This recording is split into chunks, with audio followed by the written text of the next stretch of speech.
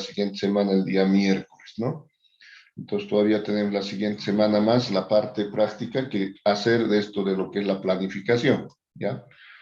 Bueno, hablemos de lo que es el memorándum de planificación de auditoría, también en algunos casos conocido como memorándum de programación de auditoría, pero es más conocido por todos los auditores como MPA, que es las iniciales del documento como tal. Y este representa un plan preliminar que se tiene en la auditoría y que básicamente se utiliza para ejecutar el trabajo, ¿no?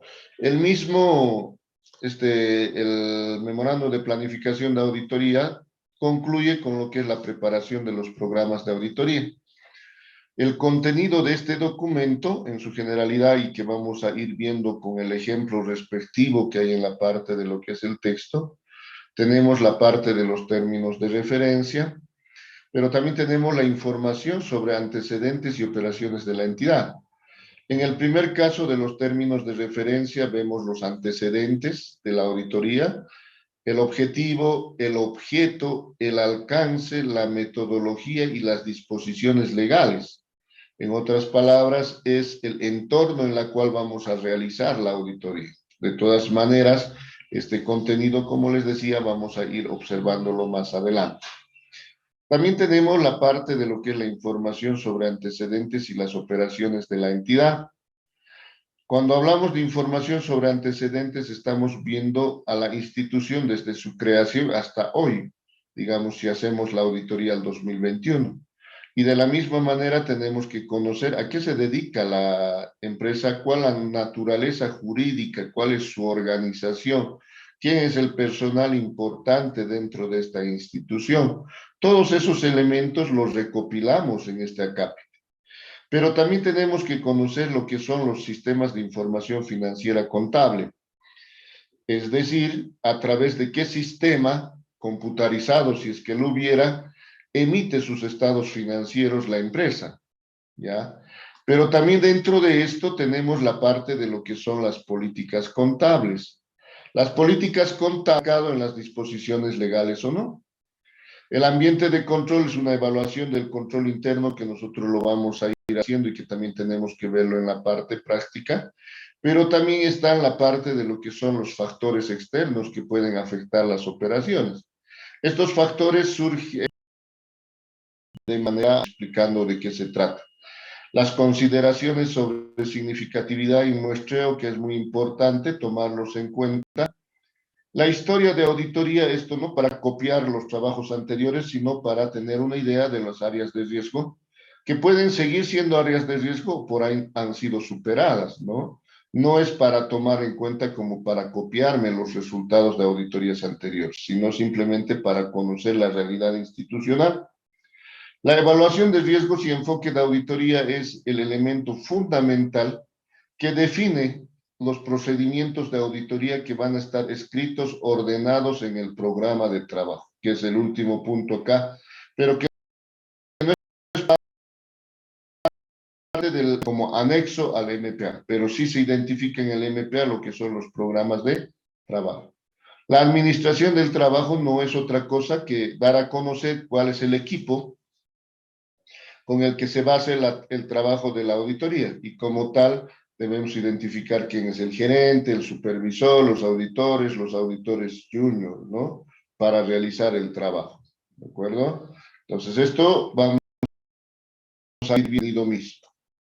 Vamos a entrar a la parte de lo que es los riesgos de auditoría que les decía anteriormente, ¿ya? Este elemento es fundamental, ¿ya? Porque prácticamente a través de este riesgo de auditoría inclusive se define el costo de una auditoría o el precio de una auditoría.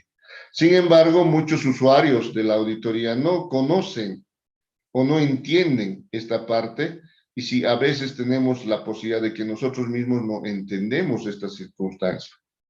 Por ejemplo, el riesgo de auditoría, lo contrario, es el nivel de confianza. Si el riesgo de auditoría es 10%, significa que estamos trabajando a un 90% de confianza. Si es 5%, a un 95% de confianza. Si es 20%, 80% de confianza.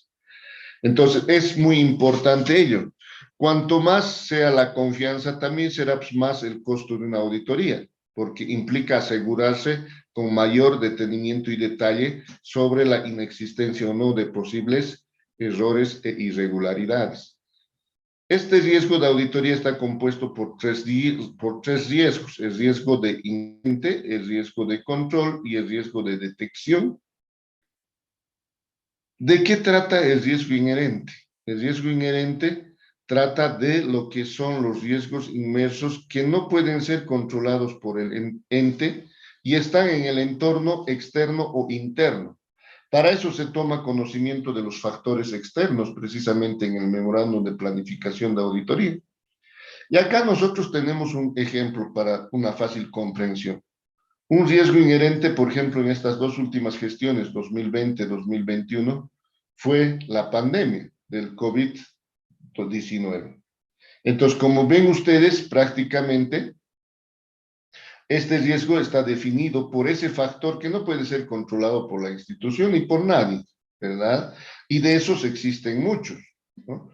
Por ejemplo, que el Servicio de Impuestos Nacionales saque cada vez una actualización de su página virtual, ¿no? De la oficina virtual. ¿Qué va a poder hacer la entidad? Simplemente adecuarse a ello. Y obviamente eso por desconocimiento, por falta de actualización de estudiantes o de contadores que trabajan en esa institución, traen riesgos de que se pueda tener incongruencias en la información financiera y económica, ¿no? El riesgo de control sí puede ser controlado por la institución como tal. O sea, más bien depende directamente de la entidad si este riesgo es bajo o alto. Si no tiene implantado controles internos, el riesgo es alto. Y si tiene controles eficaces, el riesgo de control es bajo. ¿Ya? Entonces, tanto el riesgo inherente como el riesgo de control no son posibles ser controlados por el auditor. Pero el riesgo que sí controla el auditor se llama riesgo de detección. ¿Ya?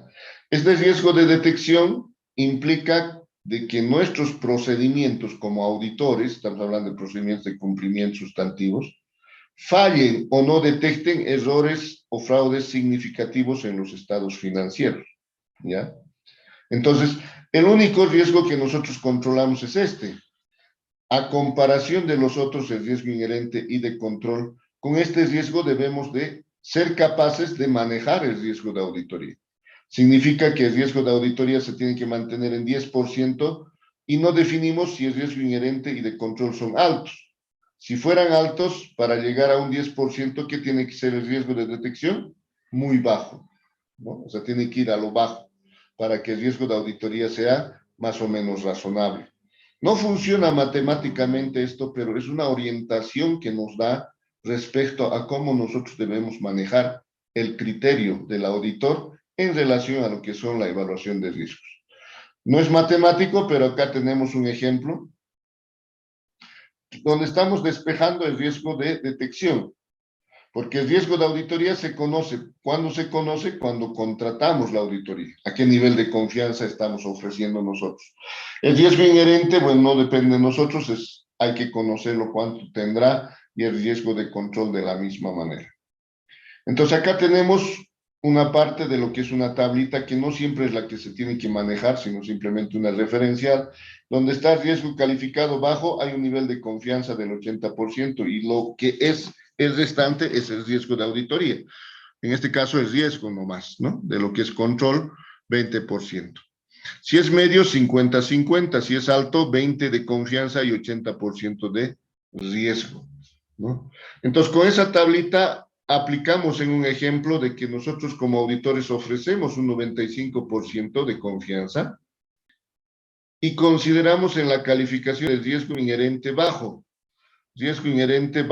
20%, y de control alto, 80%, ¿no?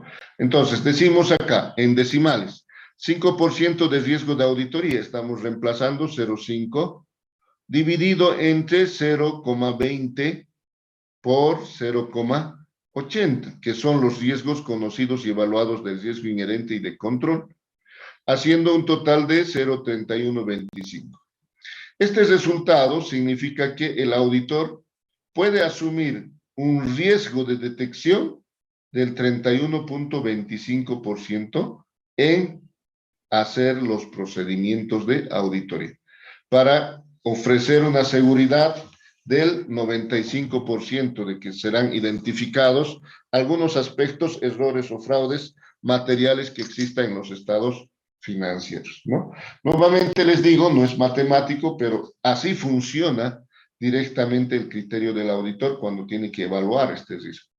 ¿Y este riesgo con qué está relacionado?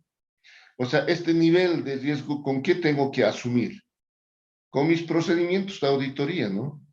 O sea, mis procedimientos de auditoría tienen que ser efectivos y no ser efectivos solamente un 31% y un 69% deben ser muy efectivos, ¿no? Entonces, eso implica ya al auditor tomar la decisión de cuáles son los procedimientos que va a emplear para evaluar una determinada cuenta, ¿no? La relación con el riesgo de detección y los riesgos inherentes y de control siempre es inverso. Cuanto riesgo inherente y de control son altos, el riesgo de detección debe ser bajo. Cuando el riesgo de inherente y de control son bajos, el riesgo de detección puede ser alto, ¿no? Es viceversa. Vayamos, sigue avanzando ahora la parte de lo que es el muestreo. No, todavía tenemos control interno. Bueno, el control interno en la actualidad hablamos del COSO 1 en nuestro país, pero tenemos que decir que este COSO 1 surge desde 1987. La comisión emite en esa fecha y ahora estamos a más de 30 años y seguimos con el COSO 1, o sea, muy apenas en Bolivia. Eso significa que estamos súper retrasados en cuanto a lo que es el avance, ¿verdad? Pero meterles otro proceso automáticamente implica la confusión respectiva. Más bien que ahora ya no se maneja como años pasados, se decía todavía control interno, enfoque tradicional, control interno, enfoque contemporáneo, o sea que algo ridículo, ¿no? O sea, prácticamente ya se ha desechado los controles internos antes y estamos en este proceso de definir el control interno de una manera uniforme, que sirva absolutamente para todos. Entonces decimos que el control interno es un proceso que ha sido efectuado por todos y también que es diseñado para proporcionar una seguridad razonable respecto a la consecución de los objetivos, que son tres: la eficacia y eficiencia de las operaciones, la fiabilidad de la información que se genera y el cumplimiento de leyes y normas. Entonces, todo esto sirve para ello, precisamente el control no nos sirve para ir a proteger esos objetivos, sino conociendo la definición y el objetivo que tiene el control interno, pues utilizar esto para determinar si esos objetivos no han sido considerados menos o vulnerados para tener estados financieros incorrectos, ¿no?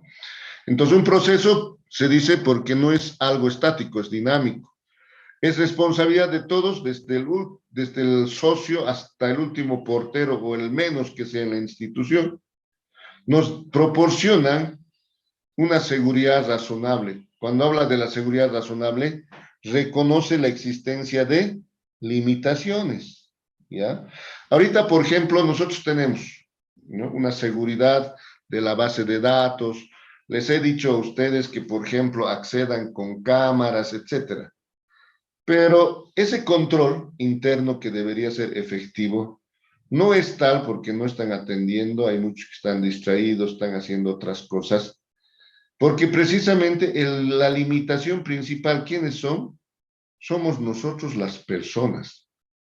Si fuera una máquina, acá por ejemplo le decimos, ¿saben qué? A ver, un robot, sentate aquí, te estoy poniendo en modo de grabación, va a grabar absolutamente el mínimo detalle, ¿no?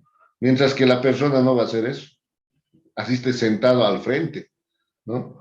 Va a estar pensando a ver qué tengo que hacer hoy, a la tarde debo salir al mercado, qué tengo que ir a comprar, etcétera, ¿no? Porque ya hay que irse preparando para lo que es las clases presenciales la siguiente semana, ¿no? Y en esa parte me va a gustar mucho ver las limitaciones, específicamente de asegurar la parte del aprendizaje que vamos a tener nosotros, ¿no? Y esa razonable consecución de objetivos obviamente está supeditado a esa limitación, ¿ya?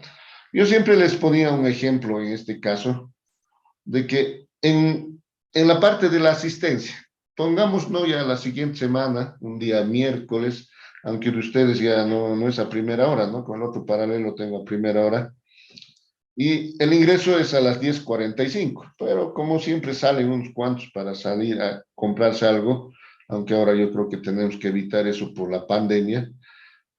Pero ¿qué tal si a la entrada, al que sale y al que entra, instalamos una máquina con infrarrojo en la puerta y con un puño mecánico a la altura de la cabeza, ¿ya? Con guantes de box. El que cruza el infrarrojo, un golpe de 5 kilos con guantes de box, ¿ya? Ese es el control que nos implantamos nosotros. Ahora nos pongamos en la idea de que vamos a encargar ese control no a un mecánico, sino a una persona, ¿no? Supongamos que dentro de esas personas tenemos, por ejemplo, a Marcelo Barco, que le ponemos ese encargo, ¿no? A ver, Marcelo, tú te toca hoy día, ponte este guantes de box, a ver, practica, tiene que ser 5 kilos de golpe, ¿no? 5 kilos a todos, al que pase por la puerta, al que quiera entrar y al que quiera salir, ¿no? Bueno, Barco va a hacer el intento, pero va a suceder lo siguiente, ¿no? Va a suceder que, por ejemplo, a sus amigos que le tienen un poco bronca, porque no son realmente amigos, entonces le va a dar ya no 5 kilos, ¿no? Le va a dar 7 o todo lo que dé su brazo. Y a otro que es su re amigo le va a acariciar apenas con el puño, ¿no? Le va a dar 10 gramos de toque, ¿no? O digamos a una dama, bueno, porque debe ser caballero, no le va a dar un golpe de 5 kilos, ¿no? No, es una dama, es más, es una dama que me encanta, entonces le va a dar algo suave, ¿no? No le va a poder dar. Y bueno, yo voy a entrar a las 10:45, 10:50 después del otro paralelo, y van a decir, pase nomás usted, licenciado, ¿no? Pero ahí ya se han vulnerado los controles respectivos, ¿no? ¿Por qué? Porque había una persona que está tomando decisiones y no está haciendo cumplir el objetivo del control. Pero si esto lo ponemos en una máquina, ¿no? Aquí no va a decir quién es quién, ¿no? Si es su amigo, re amigo, su amiguita, es dama, no, es el licenciado que está entrando, no, a toditos de canto, ¿no? Le pillaron más los 5 kilos y bien dados, ¿no? Entonces, vean ustedes, o sea, la limitación principal del control interno habíamos sido nosotros, las personas, ya sea por colusión, ya sea por costo-beneficio, siempre está involucrado la persona. Entonces, eso nosotros debemos de conocerlo porque quienes hacen la contabilidad son personas. Esas personas son humanos, se pueden equivocar. Así como equivocarse, también pueden de manera premeditada hacer que se tenga información con errores o fraudulenta, ¿no? Eso tenemos que ir tomando en cuenta nosotros, ¿no? Entonces tenemos que entender esto de lo que es el control interno, ¿no?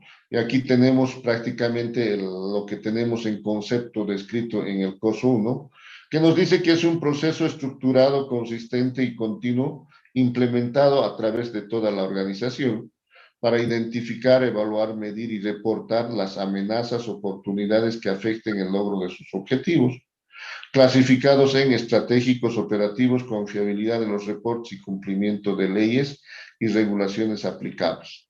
Nosotros habíamos rescatado algunas palabras como proceso Voladora. de Bueno, todos, ¿no?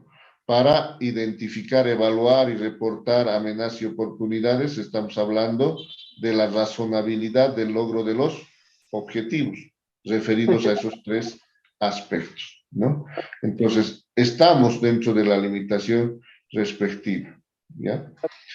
Vamos a ir ahora a los componentes. Vamos a llegar hasta el COSO 2, nomás el COSO 1 es la que estaba ya vigente desde el 1987 y se decía que había 5 componentes, que tiene 5 componentes el control interno como tal. ¿Ya? Barconina Álvaro, por favor, apaga tu micrófono.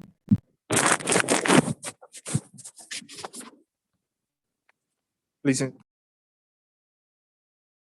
Ya, apagado, su cámara apagada y su micrófono abierto.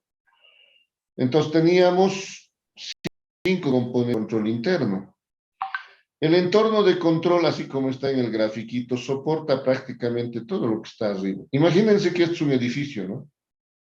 y vean que esas paredes de abajo del entorno de control fueran de adobe y todo el resto fuera de concreto y ladrillo. ¿Qué pasaría? Se va a venir todo abajo, ¿no? Y precisamente eso quería expresar este cubo que sostiene a través de todas las unidades los objetivos que se tienen que lograr en la institución. La evaluación de riesgos será otro componente y las actividades de control también, y la información y comunicación de la misma manera, así como la supervisión. Los 5 componentes que son importantes. Ahora, en el COSO 2 no es que estos sean distintos, para nada. O sea, estamos en lo mismo. Solo que acá ya se ha dado cuenta la gente que es muy importante identificar riesgos. Está la evaluación de riesgos ahí, y los riesgos siempre van a estar asociados a un objetivo. O sea, no hay riesgos si no hay objetivo, ¿no? Y los objetivos tienen riesgos, por si no hay objetivos, no hay riesgos, ¿no? Y riesgos requiere de objetivos, ¿de acuerdo? Entonces, dentro de ello tenemos ya no el cimiento, o sea, por lo menos ya no se quiere expresar de esa manera porque ¿cuál le colocaría el cimiento, no? Tendría que ser varios aspectos. Entonces, prefiere decir cuál es lo más importante, en este caso es el ambiente interno, que está en la parte superior, y se refiere a lo que es el entorno de la institución adentro. Si al ejecutivo, por ejemplo, no le interesa el control interno, por más personal capacitado, manuales excelentes tenga la empresa, no va a funcionar, ¿ya? Es como nos dicen a nosotros, por ejemplo, en Bolivia, ¿no? Somos la envidia del mundo.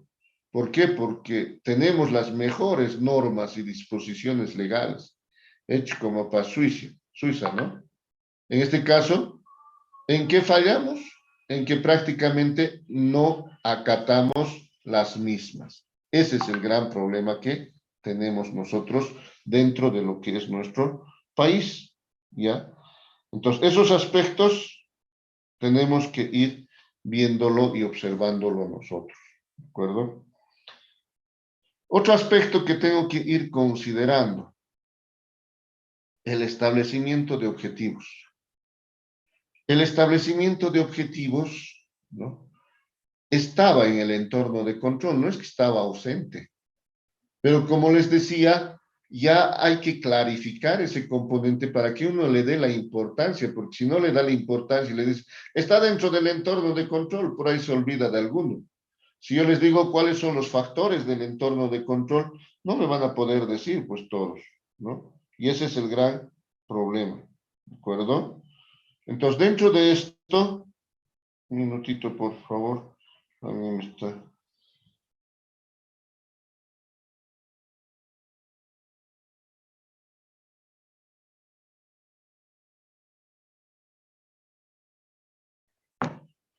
Bueno, les decía, el establecimiento de objetivos viene a ser un aspecto muy importante, porque solo con eso podemos tener los riesgos. Les decía, ¿no? Si no hay objetivos, no hay riesgos. O sea, si yo, por ejemplo, me digo, no, no tengo que hacer nada, entonces, ¿qué riesgo voy a pensar? Nada, ¿no? Entonces, ahorita, por ejemplo, yo les digo, ¿qué de objetivos tienen ustedes en lo personal este año? ¿No? Y ustedes me van a decir, bueno, pues aprobar cuarto, ¿no? Por el momento, digamos, en la materia y en todas, aprobar cuarto sin problemas. En su objetivo es eso, que en la gestión 2022 desean aprobar, no desean, no, sino van a aprobar todas las asignaturas sin reválida hasta noviembre del 2022. Perfecto, esos son sus objetivos. Y ahora tienen que identificar después de eso cuáles serían los eventos negativos, positivos, que puedan influir en la consecución de ese objetivo, ¿no? Eso es lo que tengo que identificar, ¿ya?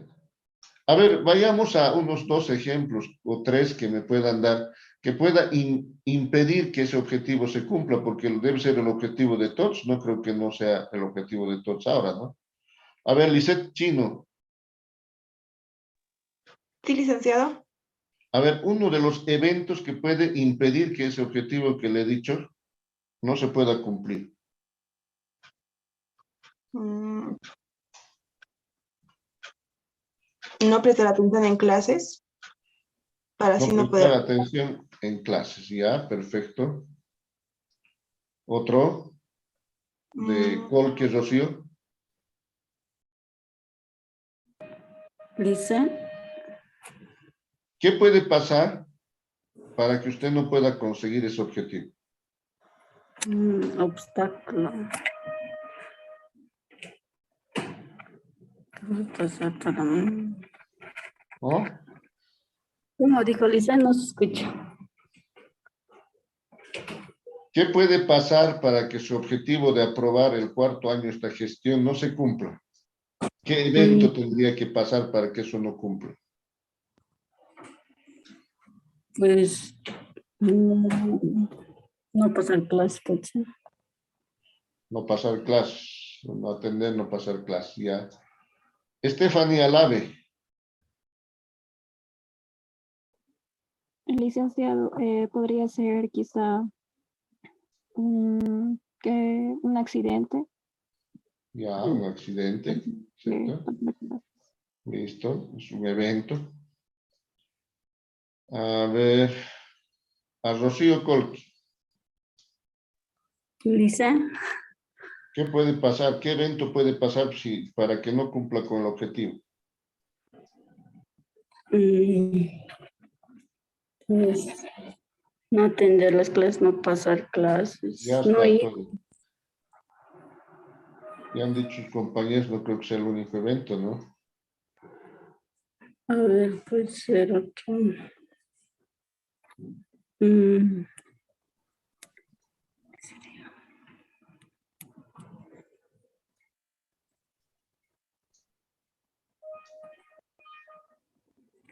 No estamos capacitados para identificar eventos.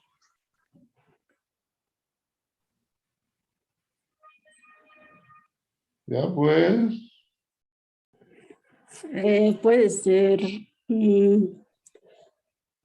eh, no ponerlo interés, igual atención, interés, que es lo mismo.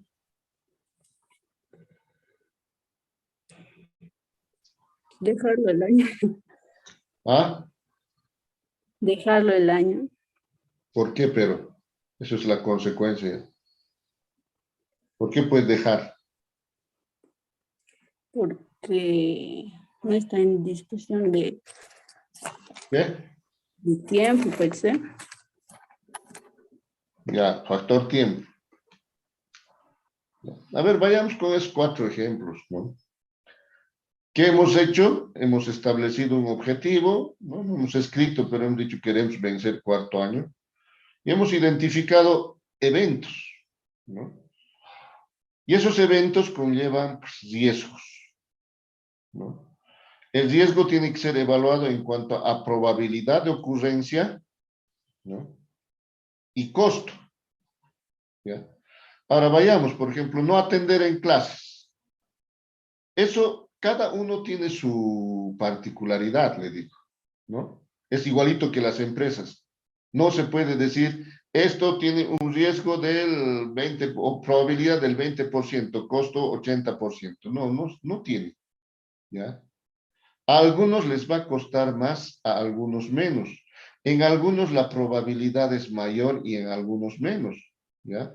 Por ejemplo, yo les voy a decir, la probabilidad de que no atiendan en la mayoría del 4 de 1 es del 100%. Mucha, alto, ¿no? Y el que más aplicado está sobre los 50. ¿Qué cree? ¿Qué tal eso? Yo lo estoy porque lo estoy conociendo, ¿se dan cuenta? Si no conociera el curso, no diría eso, ¿no? Porque tendría que decir, a ver, voy a ver, ¿no? Y de aquí con la evaluación y con las clases esenciales, cada persona ya voy a saber más o menos cuál es ese sistema, no atención. ¿Por qué? Porque como estamos en las clases virtuales, pues estoy tentado, ¿no? Decir, estaba viendo mi novela aquí, pues y el licenciado Vilca aquí viene a molestar con sus clases. Este capítulo más lo voy a ver, ¿no? O directamente tengo otras cosas que me he comprometido y lo voy a ir haciendo, ¿no? y no atiende, ¿de acuerdo? Entonces, la probabilidad de ocurrencia, como os digo, cada quien lo tiene, ¿no? No siempre es así, entre 100 y 50, o sea, tendrás a 100, otros serán 98, 99, hasta llegar al 50, ¿no? Porque el que me diga que aquí yo atiendo al 100%, mentira, ¿no? Si le tomamos la evaluación el día miércoles que ya vamos a volver a clases, toditos vamos a estar en peripecias, ¿ya? Entonces, la probabilidad de ocurrencia en aquel que no atiende siempre ahora sigue siendo alto. Y el costo, eso también varía, ¿no? Hay algunos que obviamente les financian sus papás todo prácticamente, ¿no? Les dan una vida razonable y eso tiene un costo. El tiempo que ustedes invierten en su educación tiene un costo. Y ese costo de inversión de su tiempo no es lo mismo. Porque hay quienes, por ejemplo, en vez de eso podían estar generando dinero, digamos, con una iniciativa económica en el mercado o cualquier otra actividad. Otros son más dinámicos en ello que otros. Entonces, cada costo va a variar, ¿no? Pero nosotros tenemos un objetivo. Acá no tenemos que distraer, tenemos que aprobar. Entonces, identificar ese evento, calificado la probabilidad de ocurrencia y el costo que significa, ahí ya me tengo que poner, ¿no? De decir, no, hay que controlar este riesgo. Y ese controlar el riesgo depende de uno mismo, ¿no?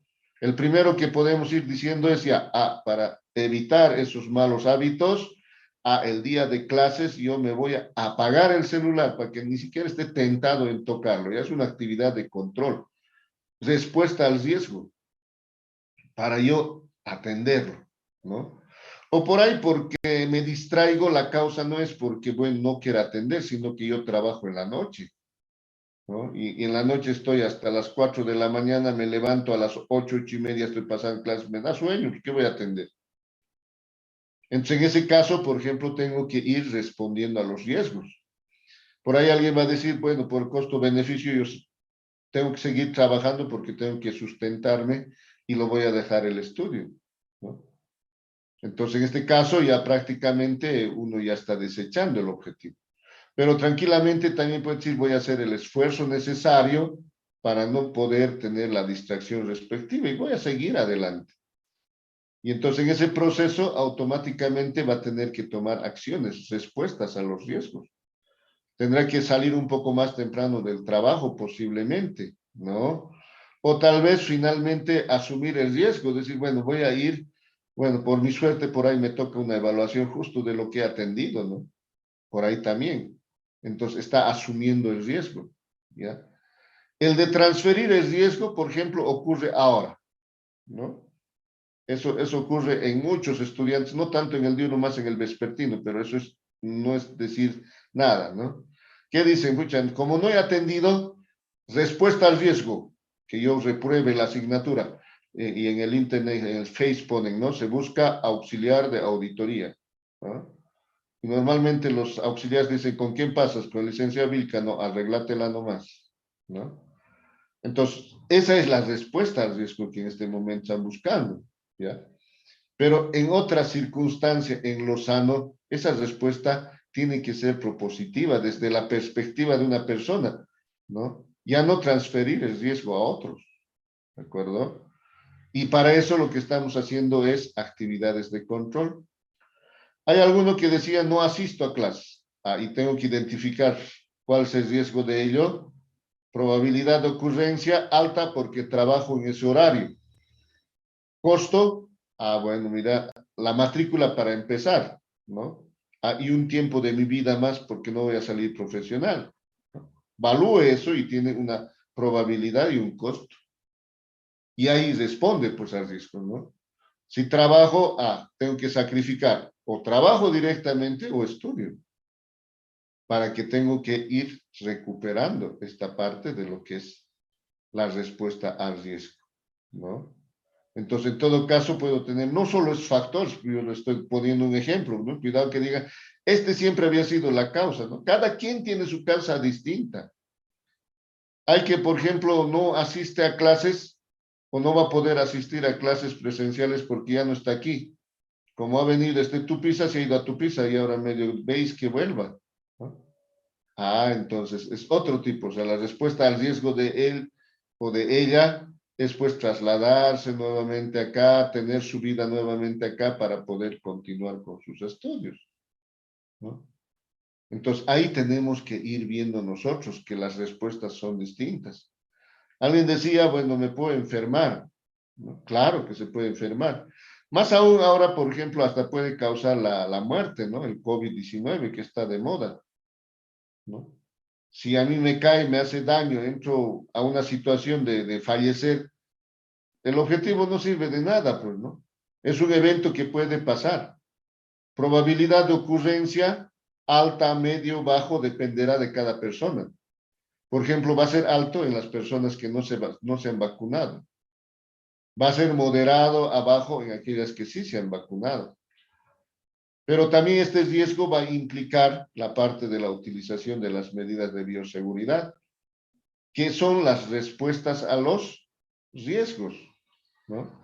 Entonces, decir, sí, yo puedo fallecer por eso y no cumplir con mi objetivo y sueño de salir profesional, entonces mejor me vacuno. ¿Qué estoy haciendo? Estoy respondiendo al evento, estoy respondiendo al riesgo con una actividad de control. No me garantiza, sí, pero estoy minimizando el riesgo, ¿sí? En todo momento de eso se trata en una institución, ¿sí? Ahora, las actividades de control, como les decía, es prácticamente la respuesta que nosotros le damos, ¿ya?, a estos riesgos. Esta mañana también les preguntaba a los compañeros del otro paralelo, decía, a ver, denme un ejemplo de un riesgo que no tiene solución. Y me decían la muerte. No se puede, ¿no? Y yo decía, no estás pensando en el objetivo, estás pensando en lo que ya pasó. Mi objetivo, por ejemplo, es salir o aprobar el cuarto año, pero tú me estás hablando ya morí. No, o sea, más bien es hablar, ¿por qué no puedo cumplir ese objetivo? Puedo llegar a fallecer. ¿Y por qué puedo llegar a fallecer? Tengo que identificar cuáles son esos eventos. Como les decía, el COVID puede ser uno de ellos, entonces tengo que minimizar ese riesgo. Depende de mí, ¿no? Depende de mí cuidarme específicamente. Entonces, todos esos elementos nosotros siempre tenemos que decirlo. O sea, no hay un evento que no tenga solución. Siempre existe. Es preventivo. Claro que ya tú, si asumes el riesgo en fallecer, por ejemplo, entonces toma también pues tus acciones de respuesta, ¿no? Si no estás tomando esas precauciones, bueno, cómprate un nicho, cómprate un ataúd, tu sepelio pagalo, de tal manera que nadie tenga que después decir de dónde sacamos los dineros para todo ese proceso, ¿no? Entonces, nosotros siempre tenemos que identificar de esa manera el objetivo y los riesgos. Y eso es lo que hace ya el COSO 2, el COSO 3 con mayor profundidad, ¿no? Dice, y si no tenemos objetivos, no vamos a tener riesgos y no tenemos razón de implantar control interno, para nada, ¿no? Y en este caso, esos elementos sí son muy importantes. La información y comunicación está en ambos lados y es algo muy elemental. Sin información y comunicación no podemos hacer absolutamente nada. Y acá también la información y comunicación es de tres tipos. La escrita, la verbal, que es la que estamos haciendo nosotros ahorita, también un poco combinado con la escrita, y la parte de lo que es no verbal. La no verbal vamos a ver el día que pasemos clases presenciales, y que no creación no verbal en la parte de lo que es la educación llega en un 30% o es captado en un 30%. El uso de la comunicación verbal es más o menos el aliciente para decir capta en un 30%. Y lo escrito y la comunicación verbal sin ningún otro elemento en un 10%. O sea, lo que quiere decir por eso que en el mejor de los casos ustedes están entendiendo en un 10%. Por eso hace rato les decía, nadie pasa del 50%, ¿no?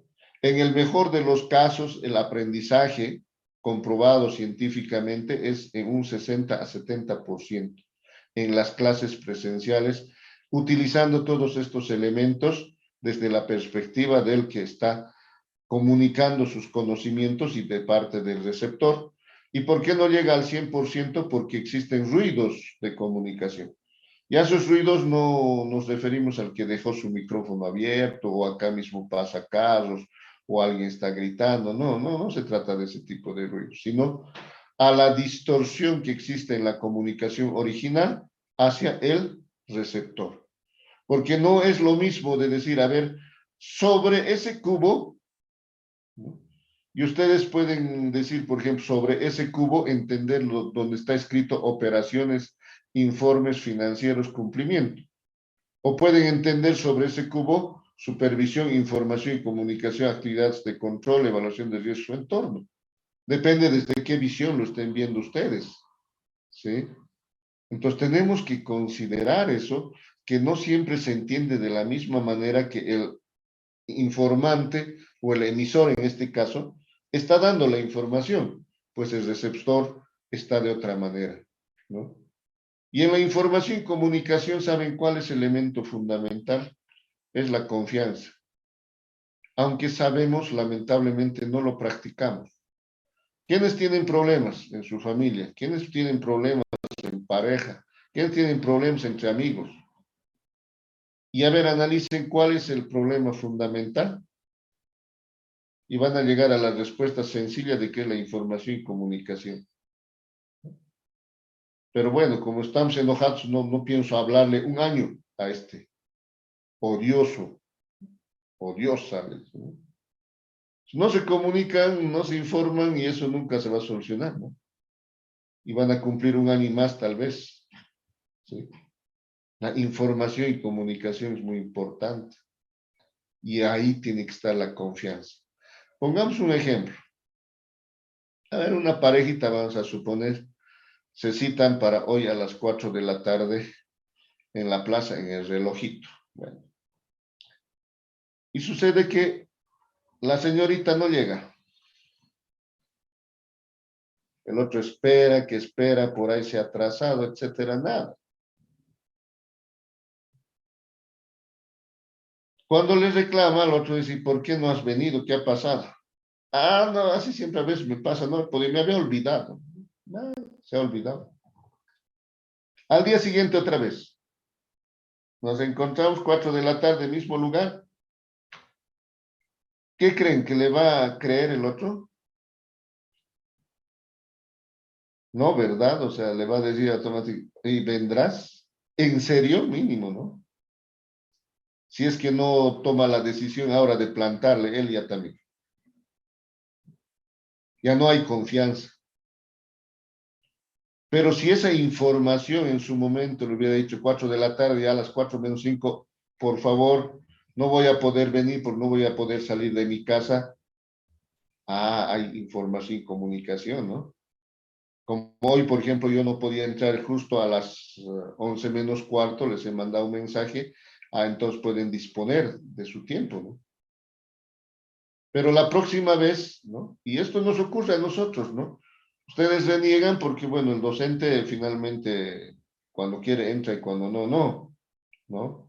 En algún caso también a mí, cuando se me olvida, me sucede ese aspecto, ¿no? Ya no confían, ¿no? Si no es por la autoridad que uno tiene y porque está superditado a ello, no funcionara. Y en las entidades públicas, en la misma universidad, cuando le dicen, presenta tu carta escrita a cualquier reclamo, porque así es las normas, así te dicen, ¿no? Así dice la norma, y a la norma le hacemos trapo, ¿no? Cuando la norma acepta comunicación verbal. Debería yo recibir, ¿cuál es tu queja? Ah, no paso clases con tal. Ah, bueno, entonces, a ver, yo le llamaré, ¿y por qué no estás pasando clases? ¿No? Y entonces el estudiante o cualquier persona va a confiar si sabe tomar las acciones respectivas. Pero si me pide carta, quiere decir que se ha perdido la confianza. Total. Cuando una entidad me dice cartita, presenta, pucha, aquí no conoce nada de control interno y anda de pies esta institución. O en realidad de cabeza, dice, no de pies, de cabeza anda la entidad. Porque no tiene razón de ser. Le está culpando además a la norma, ¿no? A otra, que específicamente es su responsabilidad de la propia institución. Y la comunicación, por ejemplo, no verbal, es utilizar la parte física de una persona. Ustedes, por ejemplo, saben leer bien los emoticones, ¿no? Y eso está inspirado en el lenguaje no verbal de las personas, ¿no? ¿O no saben? Saben, ¿no? Todos manejamos emoticones, ¿no? Para dar respuesta. Y esa es una parte de lo que nosotros podemos hacer en no verbal, en lo físico, ¿no? Expresar que está bien, que está triste, está enojado, o sea, todos esos elementos nosotros ya manifestamos. Y eso, por ejemplo, son muchos aspectos de comunicación que ustedes lo van a ir palpando. O sea, yo mismo lo voy a ir palpando en la parte presencial y eso es lo que más llega a uno, ¿no? Ahora, por ejemplo, me enojo y alguna vez les hago repetir todas cosas, pero es una forma. Y otra forma es verme ahí enojado o de buen humor, etcétera, ¿no? Y a ustedes de la misma manera, aperturados para aprender o cerrados absolutamente para no aprender nada. Todos esos aspectos lo vamos a ir viendo. Y acá nos vamos a referir a la información y comunicación que tenemos. Entonces, si yo les llamo con la mano, por ejemplo, ¿no? Así, les digo así, ¿qué entienden? Que vengas, ¿no? Y si yo les llamo en las clases presenciales y cuando venga el estudiante adelante le diga, ¿y vos para qué te has levantado y para qué has venido aquí? Licenciado, pero ha hecho así con la mano, pensé que me estaba llamando. No tienes que pensar nada. Es mi tic, anda, sentate, molestas. La próxima clase hago lo mismo, le llamo con la mano. ¿Será que la persona viene? ¿Qué va a decir la persona? Mira, otra vez al licenciado su tic le está dando. Y prácticamente ha perdido la confianza, ¿no? Esta es otra forma de verlo, por ejemplo, al pastorcito mentiroso, ¿no? En la comunicación tiene que haber la parte de la confianza. Pero si yo le llamaba a decir, ¿sabes? Disculpa, mira, no sé en qué estaba pensando. Te he llamado, sí, pero no me acuerdo qué quería decirte. Por favor, toma asiento nomás. Ah, mira, licenciada, ya se le estaba olvidando, ¿no? Ya. Pero al día siguiente, cuando le llame, igual va a venir. ¿Por qué? Porque existe confianza en la comunicación. Entonces, todos estos elementos es importante, o sea, no es simplemente por decirlo. Obviamente no estamos yendo con todos las actividades que deberíamos ver en la parte de lo que es el control interno, pero ya nos estamos imaginando, ¿no? Y la supervisión para ver todos estos elementos, si tenemos objetivos, identificamos eventos, riesgos, la respuesta es adecuada, tenemos actividades de control, todo eso siempre tenemos que estar monitoreando.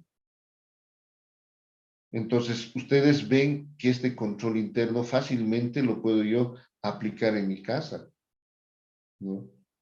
El ambiente interno es como están en la familia, ¿no? Los hijos por cualquier lado, madre, padre igual, no hay reglas, no hay nada, es un caos. Establecimiento de objetivos, no sé, por si acaso estoy hablando, para que no me digan nada, ¿no? Pero más estoy yendo por fiesta que otra cosa. Nadie identifica los eventos del que le puede hacer fallar ese objetivo. Y como no identifica los eventos, no estudia, como alguien decía, ¿no? No estudia, pues, porque no ha evaluado sus riesgos y no ha dado esas respuestas, ¿no? Ha pensado nomás contratar a un auxiliar en la parte virtual y ya, y el examen presencial la ha hecho desvariar totalmente, ¿no? Entonces, todos estos aspectos es necesario tomarlos en cuenta en la parte de lo que es el control interno, ¿ya? La parte del objetivo de la evaluación es identificar las áreas de riesgo y determinar el alcance, así como la naturaleza y la oportunidad de los procedimientos de auditoría, pero también en esta evaluación del control interno tiene la finalidad de determinar la eficacia en el diseño y funcionamiento del control interno evaluado, ¿no? Como objetivos primordiales. Dentro de lo que es la oportunidad que nosotros tenemos acá en la evaluación, tenemos que decir que cuando estamos haciendo cualquier auditoría, como en este caso la financiera, puede ser operacional, especial, medio ambiente y otros, la evaluación del control interno se efectúa en la etapa de planificación. O sea, me permite decidir el enfoque de auditoría. Pero cuando solamente estoy evaluando el control interno, o sea, mi objetivo es evaluar la eficacia del control interno, entonces la etapa de la evaluación del diseño lo hago en la planificación y la comprobación en la ejecución, pero solo cuando es solo evaluación del control interno y no así como parte de otras auditorías que necesariamente en sus dos partes, diseño y funcionamiento, lo tengo que realizar en la etapa de planificación, ¿ya? La metodología esta vamos a verlo con práctica, lo vamos a ir graficando además con ejemplos que tenemos en este mismo cuestionario, pero prefiero yo mostrárselo cuando estemos en las clases presenciales. Esto precisamente son todos, cómo surge, cómo vamos a ir respaldando. Todo esto lo vamos a ir viendo en la parte práctica, ¿ya? Vamos a entrar a la parte de lo que es el muestreo. El muestreo no es otra cosa que el proceso de selección de un grupo de elementos que representan al universo, para que yo como auditor pueda aplicar mis procedimientos al menos del 100%, porque llegar al 100% hoy en día en cualquier empresa casi ya es difícil, si no imposible en aquellas que requieren auditoría. Y obviamente en esto tengo que cumplir que cada uno de los elementos tiene que tener la misma probabilidad de ser seleccionado, sin tener adentro algún prejuicio o algo preestablecido, ¿no? Esto con el propósito de obtener y evaluar evidencia de auditoría que respalde la conclusión sobre la población que es evaluada, ¿ya? Y en esta parte hay que decir que hay dos tipos, ¿no? Antes de ello, ¿no? Esto es gráficamente lo que es sacar de la muestra de cualquier sector del universo la muestra representativa para poder yo evaluarlo, ¿ya? Y dentro de esto, les decía, hay dos tipos de muestreo. El muestreo a criterio, donde la obtención de la muestra es realizada en relación a la estimación de riesgos de parte del profesional. Y el muestreo de la misma manera, o sea, se utiliza para el efecto del juicio profesional y la experiencia del auditor. En el muestreo a criterio, al 100% responde el auditor por qué ha evaluado de esa manera, por qué ha sacado la muestra en función al criterio que ha escrito. Nadie más lo defiende. Pero en el muestreo estadístico es distinto porque es una ciencia, ¿no? Y yo les digo, en la carrera de Contaduría Pública se ha implementado Estadística 2. Y Estadística 2 se ha implementado para esto. En esta materia de auditoría y en las otras auditorías utilizamos las probabilidades donde está el muestreo. Pero lamentablemente también tenemos deficiencias ahí. Deberían enseñarme ustedes, ¿no? Habían llevado una materia completa, entonces así, decir, así se hace el muestreo estadístico. Y lamentablemente no existe esa posibilidad, ¿no? Hay que repensarlo.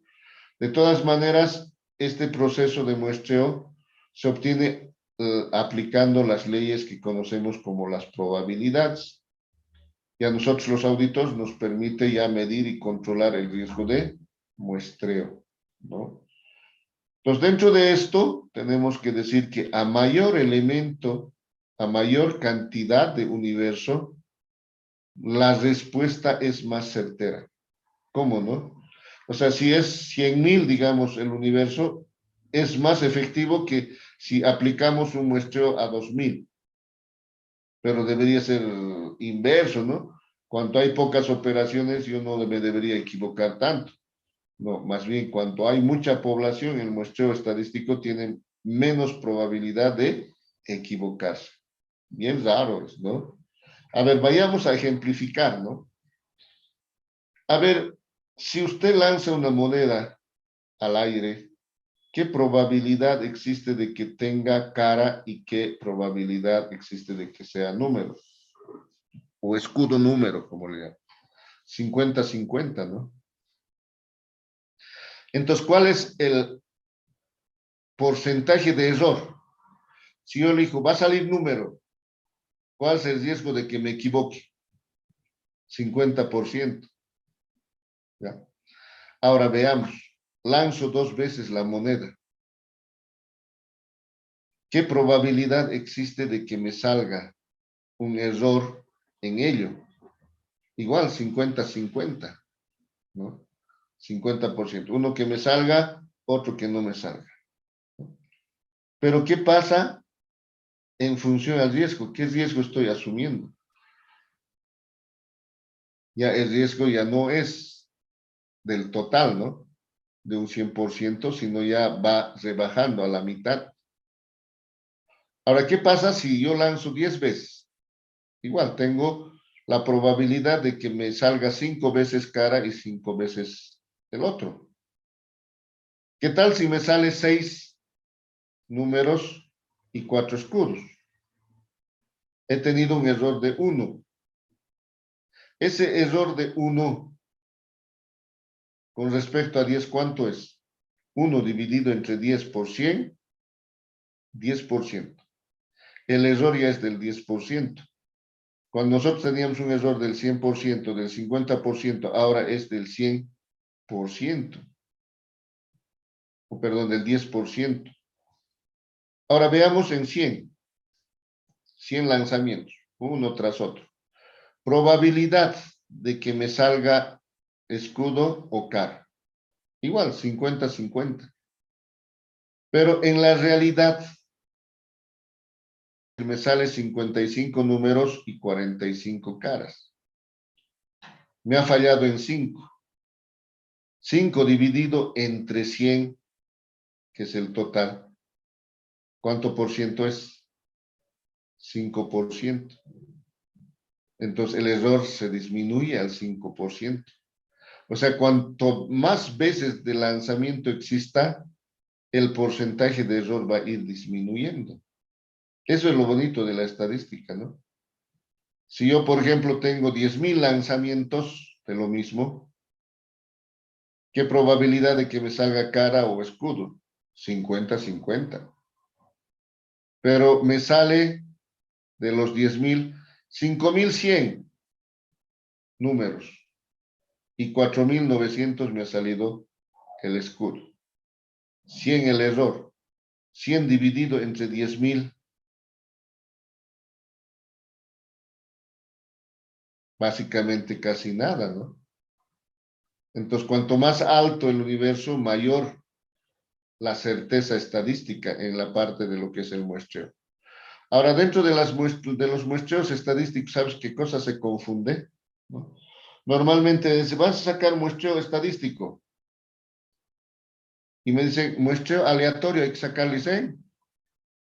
No, eso no es estadística, le digo. Puede ser a criterio también. No, es estadística el aleatorio.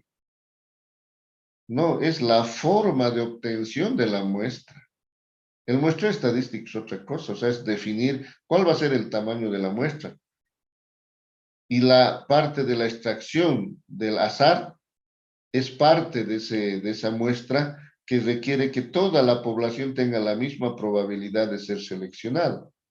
Por eso le decimos al azar, pero no es la selección al azar el muestreo estadístico, para nada, ¿no? Entonces, todos esos aspectos lo tenemos que ir nosotros tomando en cuenta, ¿ya? Vamos a ver esta parte del ejemplo, pero ya no nos alcanza el día de hoy para terminarlo. Vamos a continuar el día viernes con este ejemplo. Y ya en la parte práctica del tema como tal, vamos a verlo el día miércoles siguiente, ¿no? Vamos a verlo en forma práctica. Si tienen preguntas hasta acá, por favor pueden efectuarlo. De lo contrario, vamos a reencontrarnos el día viernes.